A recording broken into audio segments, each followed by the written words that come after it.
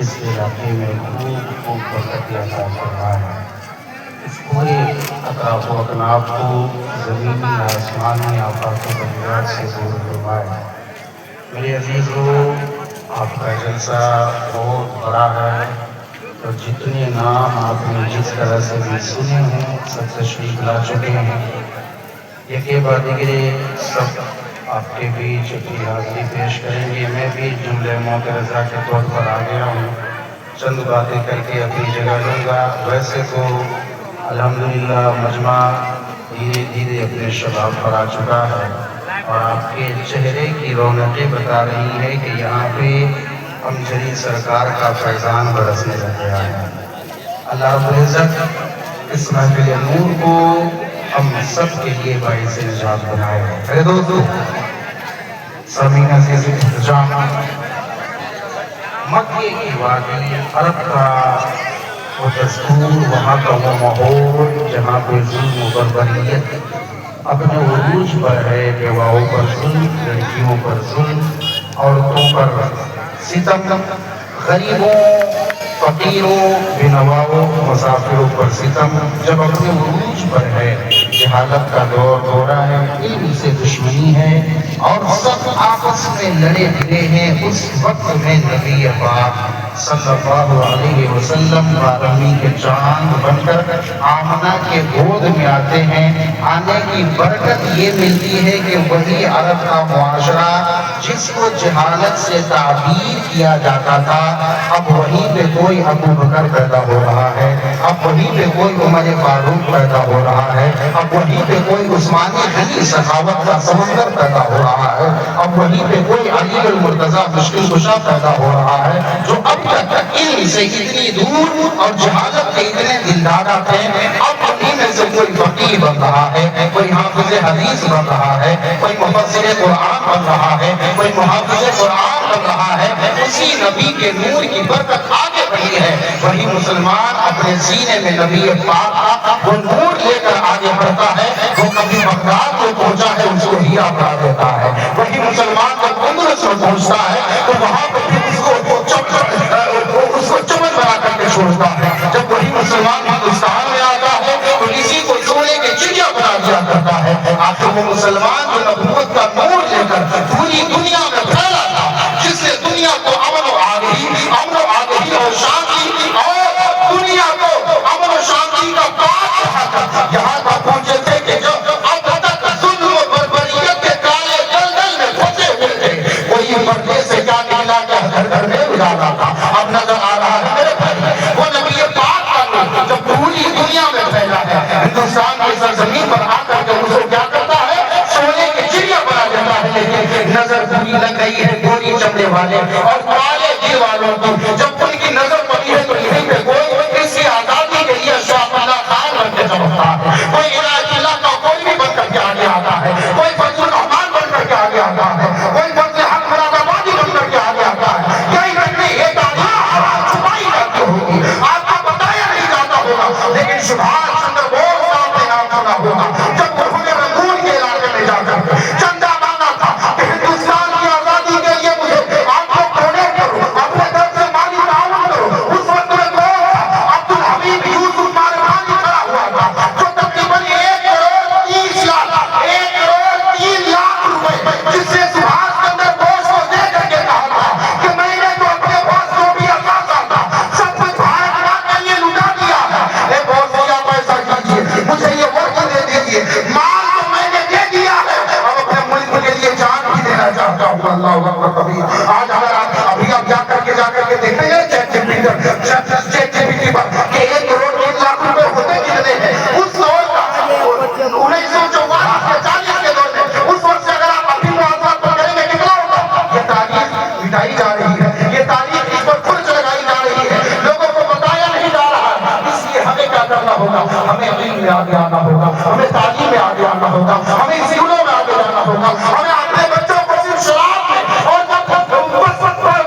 بیٹھ کر کے چائے کھانے پر، پان پر، دکانوں پر اپنے عمر کا قیمتی حصہ گزارنا نہیں، انہیں آگے بڑھ کر کے ڈاکٹر بھی بننا پڑے گا، انہیں آگے بڑھ کر کے طبیب بھی بننا پڑے گا، آگے بڑھ کر کے انجینئر بھی بننا پڑے گا، آگے بڑھ کر کے وکیل بھی بننا پڑے گا، تاکہ تم مدرسے میں بھی جاؤ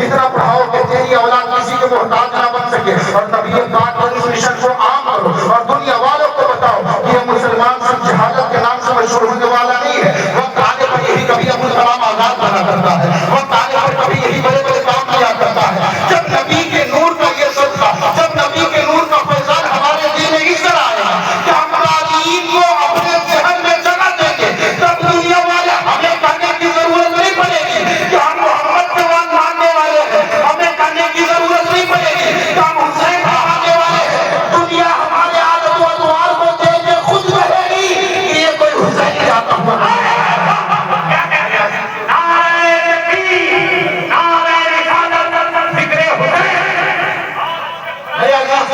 تعلیم تعلیم تعلیم ایجوکیشن اتنا پڑھاؤ کہ آپ کو تعلیم کے معاملے میں کسی اور کی حاجت نہ رہے۔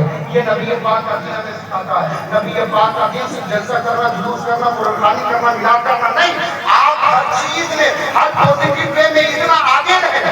لوگ کہتے ہیں کہ ترقی کرو، آگے چلو، آگے بڑھو۔ میں آپ کو آج دعوت دیتا ہوں، آگے مت جاؤ، پیچھے جاؤ، پیچھے جاؤ، اتنا پیچھے جاؤ، اتنا پیچھے جاؤ، اتنا پیچھے جاؤ کہ پیچھے جا کر کے مدینے والے کے قدموں میں پہنچ جاؤ۔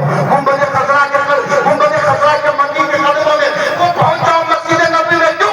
ان کے قدموں میں پہنچو گے تو ساری چیز نبی کے قدموں سے ہمیں ملنی ہے، رفعت نبی کے قدموں سے ملنی ہے، عظمت نبی کے قدموں سے ملنی ہے، شان و وقار نبی کے قدموں سے ملنی ہے، کتاب مقدس نبی کے قدموں سے ملنی ہے، شفاعت نبی کے قدموں سے ملنی ہے۔ میں پڑھ کر کے کہا دوں جنت بھی نبی کے قدموں سے ملنی ہے۔ اعمال بھی لے کرنے ہیں لیکن اعمال پر ناز نہیں کرنا ہے، نماز بھی پڑھنے ہیں لیکن نمازوں پہ ناز نہیں کرنا ہے، حج بھی کرنے ہیں لیکن حج پہ ناز نہیں کرنا ہے، سارے عمل کر کے یہاں تک پہنچنا ہے، نہ طاعت پر، نہ تقویٰ پر، نہ زہد و اتقاء پر ہے، ہمارا نام جو کچھ ہے محمد مصطفیٰ پر ہے۔ میرے دوست، میرے بھائی، نبی پاک کا یہ پیغام پڑھاؤ، علیکم بالعلم فإن العلم نور۔ پڑھو، اتنا پڑھو کہ تمہارے علاقے میں روشنی پھیل جائے۔ پڑھو، اتنا پڑھو۔ آج دیکھو نا، آپ جائیں گے ہاسپٹل میں، ہماری اور آپ کی بہنیں جاتی ہیں، بیٹی جاتی ہے، بہو جاتی ہے، جا کر کے وہاں پہ ڈاکٹر، اگر آپ اپنی بیٹیوں کو نہیں پڑھائیں گے، آپ اپنے بہووں کو نہیں پڑھائیں گے، آپ جب ہاسپٹل میں جائیں گے تو ڈاکٹر کون ڈاکٹر ہے جو آپ کی بیٹی کو ہاتھ لگائے گا؟ جنسی کو آ کر کے آپ لگائے گا نا۔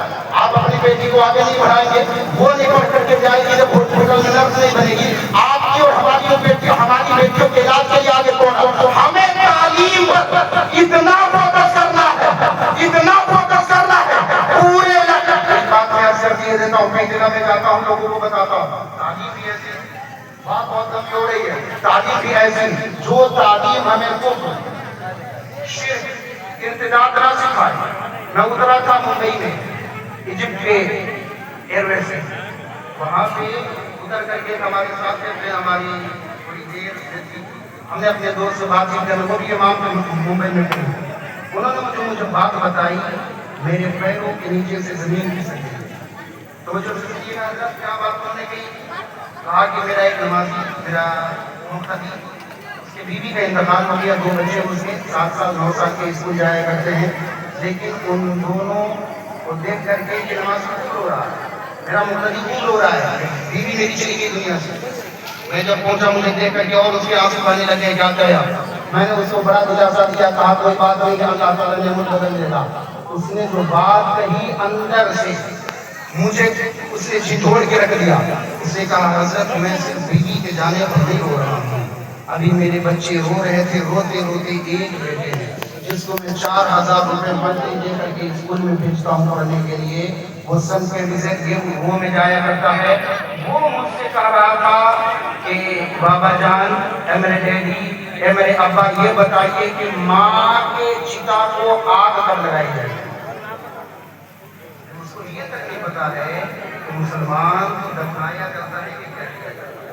حالانکہ 4000 روپے 10,000 روپے دے کر کے آپ پڑھا رہے ہیں، کفر سیکھ رہا ہے۔ ہر چیز کی ضرورت ہے، مسجد کی ضرورت ہے، مدرسے کی ضرورت ہے، اسی طرح ہمیں اپنے اسکول کی بھی ضرورت ہے، جہاں پہ آپ کا بچہ اسلامی ماحول میں سارا کچھ صرف لا الہ الا اللہ محمد رسول اللہ نہیں سیکھے، A+B کا ہول اسکوائر بھی وہ سیکھے، وہ 2 + 2 بھی سیکھے، لیکن اس طرح سیکھے کہ جب یہ اسکول سے آئے نا، آپ کا بچہ جاتا ہے، آپ کا بچہ اسکول میں